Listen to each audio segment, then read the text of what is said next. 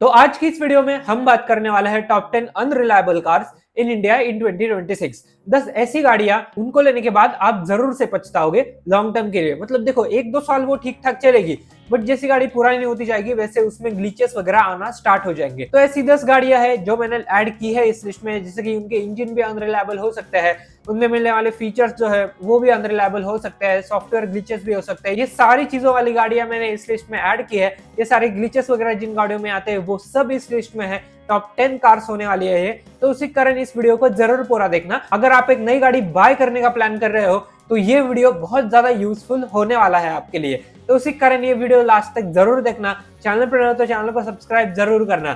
तो चलिए इस वीडियो को स्टार्ट करते हैं। हेलो गाइस, मैं हूं आदित्य और स्वागत है आपका यू एंड कार्स पर। तो चलो फिलहाल 10 कार से स्टार्ट करते हैं। तो 10th नंबर पर है अपने पास टाटा कर्व।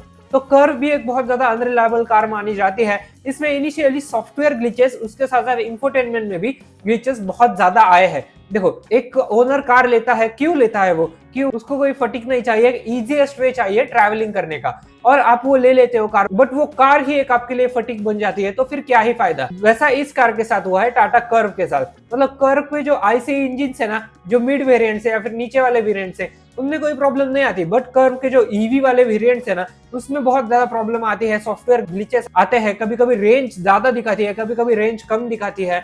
उसके साथ साथ उसके इंफोटेनमेंट सिस्टम में भी ग्लिचेस है। एंड्रॉइड ऑटो, एप्पल कारप्ले कभी कभी अच्छे से नहीं चलता, मतलब वो लंबे टूर के बाद डिस्कनेक्ट हो जाता है, तो ये भी एक इशू है।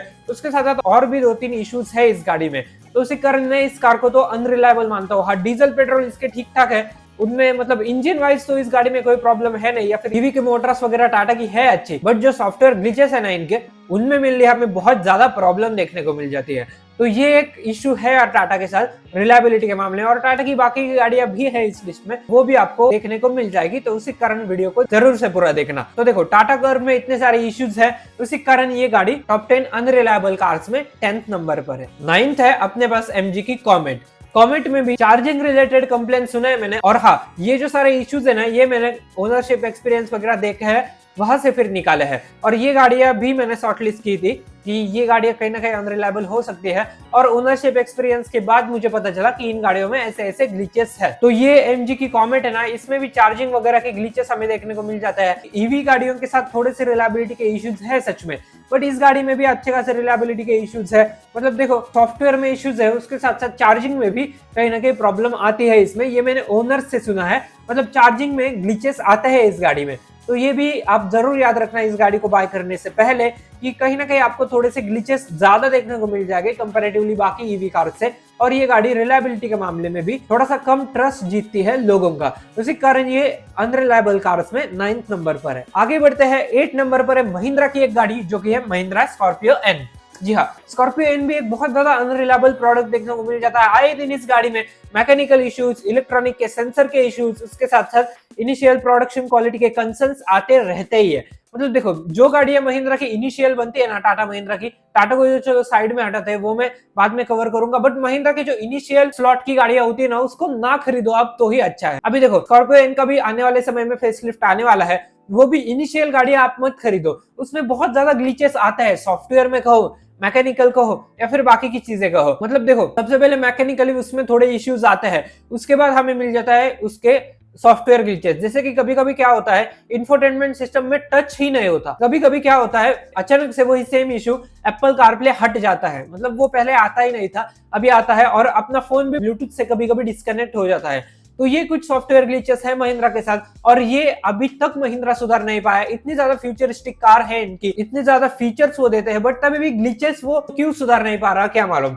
और दूसरी बात, इनके जो मैनुअल ट्रांसमिशन है ना, सबसे घटिया अगर किस कंपनी के मैनुअल ट्रांसमिशन है तो महिंद्रा के है। क्लच जो है अपना 50-60,000 किलोमीटर के आसपास बहुत ज्यादा टाइट होने लगेगा, और गियर लीवर वगैरह भी टाइट देखने को मिल जाएगा, गियर नॉची हो जाता है उसके बहुत ज्यादा जल्दी। तो अगर आपको रिलायबिलिटी के लिए कार चाहिए ना, स्कॉर्पियो ही लेनी है आपको, स्कॉर्पियो एन, तो आप इसका ऑटोमेटिक खरीदो, ऑटोमेटिक इसका नो डाउट अच्छा है। उसके साथ साथ इंजन में भी फॉल्ट आता है, गाड़ी में डीपीएफ रीजनरेशन की भी बहुत ज्यादा फॉल्ट आते हैं, मैंने सुने हैं। ऐसे फॉल्ट नहीं आने चाहिए गाड़ी में। गाड़ी में सर्विस सेंटर में जानी चाहिए, सर्विस वगैरह अगर हम प्रॉपर करवाते हैं तो गाड़ी में कोई प्रॉब्लम आनी ही नहीं चाहिए, ये मैं बोलता हूँ। बस यही कुछ रीजंस की वजह से महिंद्रा की स्कॉर्पियो एन आज अनरिलायबल कार की लिस्ट में है। 7 नंबर पर है टाटा की और एक ईवी कार जो कि है टाटा पंच। इसमें भी सेम इश्यूज है यार। अभी देखो नई टाटा पंच आई है, उसमें सुधार है या फिर नहीं ये तो अगले साल पता चलेगा हमें, क्योंकि एक साल तो लगता है यही है सारे ग्लिचेस पता करने में। बट जो अभी फिलहाल जो पुरानी टाटा पंच थी ना, उसमें सच में इश्यूज वगैरह बहुत आया करते थे। आए दिन उस गाड़ी में वार्निंग लाइट आती है, उसके साथ साथ रेंज वो गाड़ी प्रॉपर क्लेम नहीं करती, और भी बहुत सारी चीजें सुधारने के लायक है। सबसे पहली बात, इस गाड़ी में मिलने वाले plastic related issues, plastic issues इस गाड़ी में बहुत ज्यादा है। उसके साथ साथ सॉफ्टवेयर के बग्स वगैरह ये तो गाड़ियों में रहते ही रहते हैं। इनका कंपनियों ने कुछ करना चाहिए, सुधारने चाहिए ये बग्स, पर कंपनियां नहीं सुधार रही, क्या मालूम क्यों। टाटा के जो प्रोडक्ट्स है ना वो नो डाउट बहुत अच्छा है, बट आफ्टर सेल सर्विस, उसके साथ साथ रिलायबिलिटी, ये चीजें तो होती है। इंजिन वगैरह इनके ठीक ठाक रिलायबल बनाते हैं, बट ईवी में कहीं ना कहीं ये आज भी रिलायबिलिटी के मामले में पीछे है, और सर्विस नेटवर्क भी बहुत ज्यादा मैटर करता है। तो इन्होंने इनकी आफ्टर सेल सर्विस सुधारनी चाहिए, ये मैं इनको सलाह दूंगा। और बाकी की जो चीजें है ना, मतलब ये सॉफ्टवेयर ग्लिचेस वगैरह, इन पर थोड़ा अगर ये कंपनी काम करे ना तो ये कंपनी आज भी अनबीटेबल है। फिलहाल अभी आगे बढ़ते हैं तो 6 नंबर पर है अपने पास सिट्रॉन की C3 में देखो सबसे पहली बात, इसका सर्विस नेटवर्क जो है वो लिमिटेड है। उसके साथ साथ इसमें इलेक्ट्रिकल इश्यूज आते हैं माइनर, ये आपको आगे आने वाले समय में बहुत ज्यादा परेशान कर सकते हैं। जिस गाड़ी में इलेक्ट्रिकल इश्यू आए ना, वो गाड़ी लॉन्ग टर्म नहीं चलती, बंदा उसको 3 से 4 साल चला के बेच देता है। क्योंकि अगर आप फीचर्स वगैरह देख के गाड़ी ले रहे हो, सिट्रॉन की C3 में चलो उतने कुछ खास फीचर है नहीं, बट जो है वो सारे काम के हैं, और वो देख के अगर आप गाड़ी ले रहे हो तो इस गाड़ी में इश्यूज आते हैं इलेक्ट्रिकल वाइज। तो ये भी एक आप ध्यान जरूर रखना कि अगर आप सिट्रॉन की कार ले रहे हो तो इलेक्ट्रिकल इश्यूज सबसे पहली बात आपको आएंगे।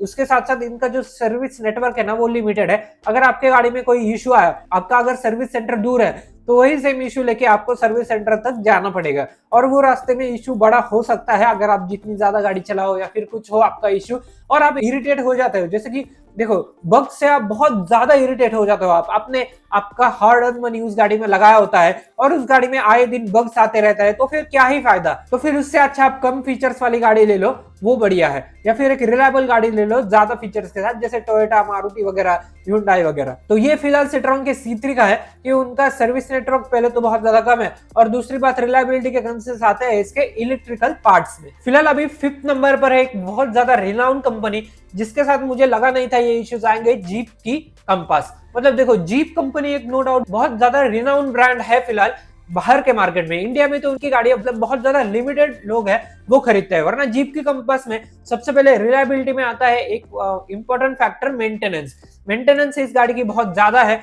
दूसरी बात, इसके ऑटोमेटिक गियर बॉक्स में कहीं ना कहीं मैंने कंप्लेंट सुने हैं। उसके साथ साथ इसके सेंसर जो है ना, इलेक्ट्रॉनिक सेंसर्स, उसमें कहीं ना कहीं प्रॉब्लम्स आते हैं कभी कभी। जीप देखो एक अच्छा ब्रांड है, इनके इंजन नो डाउट बहुत ज्यादा रिलायबल है। ये पहले मारुति को भी इंजन देते थे, अभी टाटा को ये इंजन देते हैं। इंजन नो डाउट बहुत अच्छा है, इंजन वाइज कोई प्रॉब्लम है ही नहीं, बट जो बाकी के मेन गियर बॉक्स वगैरह, मतलब कुछ गाड़ियों के मैंने सुन रखा है कि जीप के गियर बॉक्सेस में प्रॉब्लम आती है आने वाले समय में। तो इनमें ये इश्यूज है कि इलेक्ट्रॉनिक सबसे पहले कंप्लेंट्स, और उसके बाद गियर बॉक्स का जो इशू है ना वो इन्होंने कुछ अपडेट्स वगैरह में सुधारना चाहिए। और इलेक्ट्रॉनिक्स के जो कंप्लेंट्स है ना, मतलब कभी कभी बटन्स काम करना बंद कर देते हैं कुछ समय के लिए।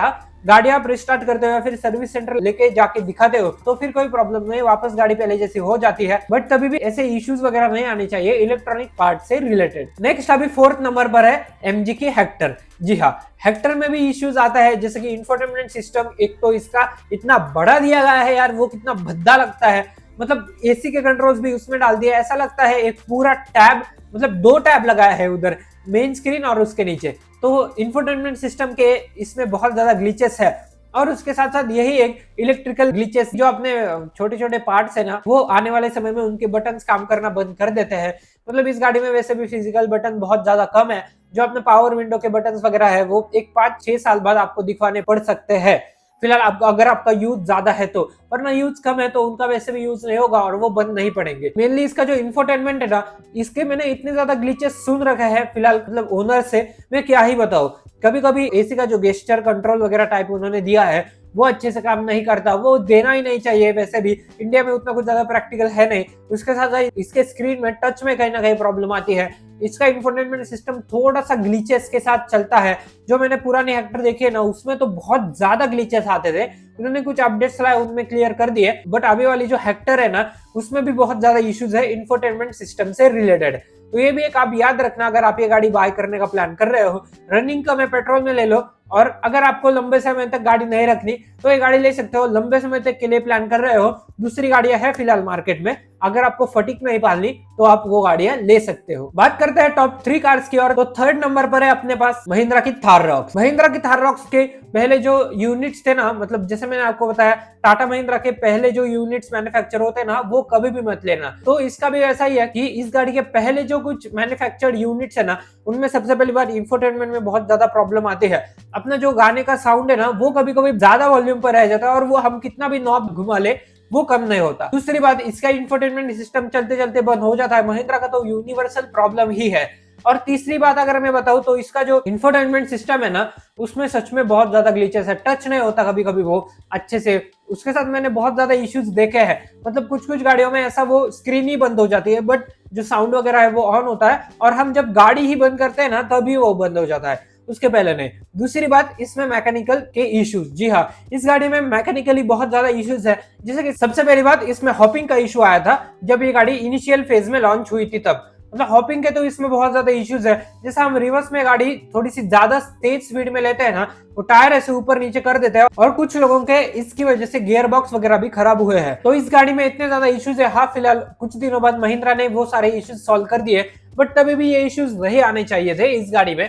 महिंद्रा ने अच्छे से R&D करनी चाहिए थी, जो कि उनसे रह गई। तो इसी कारण ये गाड़ी आज सीधा थर्ड नंबर पर है अनरिलायबल कार्स के मामले में। नेक्स्ट अभी सेकंड नंबर पर है टाटा हैरियर। जी हाँ, टाटा हैरियर में भी बहुत ज्यादा ग्लिचेस आते हैं सॉफ्टवेयर से रिलेटेड। इस गाड़ी का ईवी वेरिएंट तो बहुत ज्यादा सॉफ्टवेयर के ग्लिचेस आते हैं उसमें।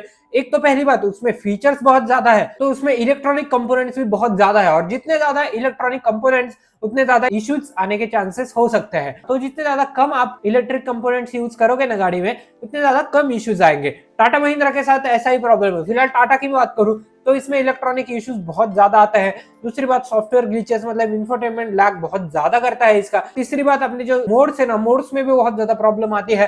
कभी कभी ये गाड़ी मोड में लग ही नहीं पाती। इसमें जो फिजिकल बटन्स दिए गए हैं वो अच्छे से काम नहीं करते। स्पोर्ट मोड में अगर हमने गाड़ी डाली तो कभी कभी वो इको में नहीं आती। अगर आप लंबे समय तक गाड़ी चलाते हो तो गाड़ी का रोड प्रेजेंस, गाड़ी का इंजन नो डाउट बहुत ज्यादा रिलायबल है, बट ये कुछ इश्यूज है ना, इसके कारण लोग इसको ज्यादा लेना प्रीफर नहीं करते। बाकी हैरियर अपने ठीक ठाक गाड़ी है, बट ये इश्यूज अगर इन लोगों ने ठीक किए ना तो फिर इस गाड़ी को कोई बीट कर नहीं सकता। अभी फर्स्ट नंबर पर है, कुछ लोग मुझे गालियां दे सकते हैं इस गाड़ी को सुनकर, तो ये है महिंद्रा की XUV 7XO। जी हाँ, ये गाड़ी अभी लॉन्च हुई है, मतलब इसका फेसलिफ्ट अभी लॉन्च हुआ है। इसमें अनगिनत फीचर्स मिल रहे हैं, अनगिनत। पर कभी कभी क्या होता है, इस गाड़ी का ट्रैक्शन ऑफ नहीं होता, कभी कभी मोड्स प्रॉपर नहीं लगते, जिप जैप जूम, कभी कभी इसकी जो थर्ड स्क्रीन है इसमें टचिंग के इश्यूज आते हैं। कभी कभी जब आप लंबे समय तक गाड़ी चलाते हो, अंडर ऑटो एप्पल कारप्ले सीधा डिस्कनेक्ट हो जाता है। हमें गाड़ी साइड में लगा के फिर वो गाड़ी ऑन ऑफ करके फिर इंफोटेनमेंट सिस्टम अपना रिस्टार्ट हो जाता है और फिर वो स्टार्ट होता है। उसके साथ साथ और भी ग्लिचेस है इस गाड़ी में, उसी कारण मैंने इस गाड़ी को लाया। और हाँ, एडास में भी कहीं ना कहीं इसके ग्लिचेस आए हैं। उसके साथ साथ इसमें इलेक्ट्रॉनिकल इश्यूज भी थोड़े थोड़े हैं। जब ये इनिशियली गाड़ी लॉन्च हुई थी 2021 या 22 के आसपास, तब इसका सीधा जो सिल्वर बॉक्स था ना, वही उड़ जाता था, मतलब वही खराब हो जाता था इंफोटेनमेंट वाला। उसके कारण वो स्क्रीन ही नहीं चलती थी। हाँ, वो इश्यू आने वाले समय में महिंद्रा ने अच्छी खासी R&D करके ठीक कर दिया, बट तभी भी ये इश्यूज आने नहीं चाहिए अगर आप एक ऐसी कार ले रहे हो जो कि 30 लाख के बजट के आसपास जाती है। तो फिलहाल अगर महिंद्रा ने ये इश्यूज सुधारे ना, तो ये भी गाड़ी नो डाउट एक अच्छा ऑप्शन हो सकता है अगर आपका बजट है उतना। तो फिलहाल यही थी 10 unreliable cars in India in 2026। कंपनियों ने कुछ काम करना चाहिए इन सारी गाड़ियों पर, और इनमें जो ग्लिचेस है वो फिक्स करने चाहिए। फिलहाल देखते हैं कि आने वाले समय में महिंद्रा, टाटा, ये जीप वगैरह, MG वगैरह क्या कुछ करते हैं, क्या कुछ नहीं। तो फिलहाल चलो, यही था आज की इस वीडियो में। आपको वीडियो कैसा लगा मुझे कमेंट में जरूर बताना। चैनल पे हो तो चैनल को सब्सक्राइब जरूर करना, बेल आइकन जरूर दबाना। मिलता हूं आपको ऐसे किसी नेक्स्ट वीडियो में, तब तक के लिए देखते रहिए यू एंड कार्स।